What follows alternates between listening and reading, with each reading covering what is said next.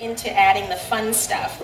So then we're going to be adding, and Linda was great to cut all this up and marinated it. We're going to be adding grapes, and we have a cup of green grapes in here. We have ripe peaches, and we have star fruit. And I'll show you star fruit. I'm sure most of you have seen this at one time or another. They can be a little tough to locate.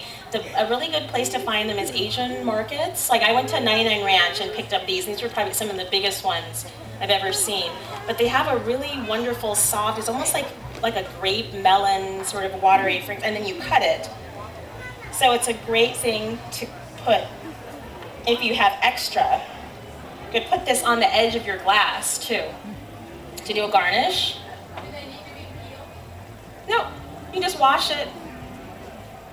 I think you'd probably mess it up if you peeled it, because it's kind of delicate. It'd be like peeling a grape, sort of.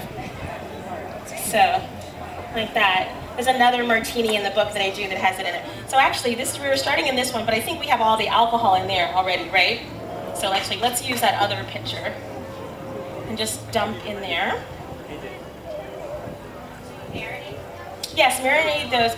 Overnight is really great. If you just have a couple hours, or if you don't have any time and you just need to keep going straight through, that's fine too. But if you take the time to marinate it overnight, then of course the fruit absorbs the flavor of the alcohol and the bitters. So it's going to be a lot more interesting when people are drinking it the next day.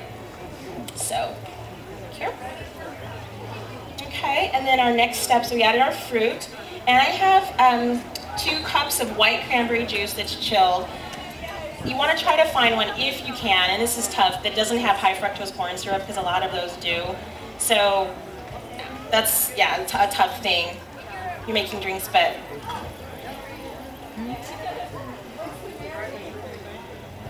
The marinade. So for the fruit, we use just all those first ingredients you saw me putting in the pitcher, the 2 types of the orange and the Angostura bitters, and then our Cointreau and our rum. And our sour mix, and we let that sit overnight if you have time. And then basically we're almost done, and our last thing to do, add to our pitcher, is our cava. And so of course you don't want to do this until you're ready to serve it. And then you pour that on. And I wish I could let you taste it. I guess they have some health department rule. Yeah, I'm so sorry we can't I know. taste. But I promise you have the recipe in your little booklet. And so you make it smells really good. Yes, it's worth the effort, definitely. The other thing I always like to do with white sangrias, and I saw this one time at a Spanish party that I went to, is whenever you're doing a summery sangria, I always love to add some mint, fresh mint to it, because it's kind of just, once again, it's like this really just like fresh scent that heightens the other flavors. So you want to chop your mint just before putting it in. So I have a few more leaves. So maybe I can let Margot taste it and she can tell you what she thinks. Not very fair. Sure. I don't want her to fall off her stool, but... Okay, there you go. And there is the Sangria Blanca. So, let's see. This is in your book. It is in the book. Actually, I'm going to give it to you in this glass. And you know, it's also in your booklet that's in all of your bags. Yeah. Sure, a little bit of ice would be great. Okay. It's a beautiful glass. Where is that from? Yes, and sometimes with sangria, depending on what you put in, so you could put this in a pitcher, but you could also serve this if you wanted to go camping or glamping, that's the new word today. Glam camping.